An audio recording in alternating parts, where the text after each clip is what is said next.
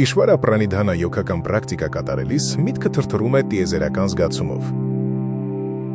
Հաջող պրակտիկայի արդյունքում մարմնում տեղակայված բարձրագույն գեղձերի չարտահայտված երկնային հատկությունները դրսևորում են գտնում և մտքի ռեզոնանսը թրթռացնում է նյարդային համակարգը։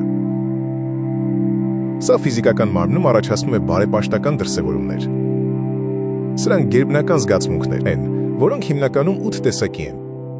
ստամփա ապշեցում, կամպա դող, սվեդա քրտնարտադրություն, սվարաբհեդա ձայնի խզում, աշրու արցունքներ, ռոմանչա փշաքաղում, վայվառնա գույնի փոփոխություն և պրալայա ուշագնացություն։ Դրանք կապված են հաճույքի և ոչ թե որևէ տեսակի ցավի հետ։ Դուք միշտ պետք է հիշեք, որ տիեզերական զգացումը վեր է ամեն ինչից։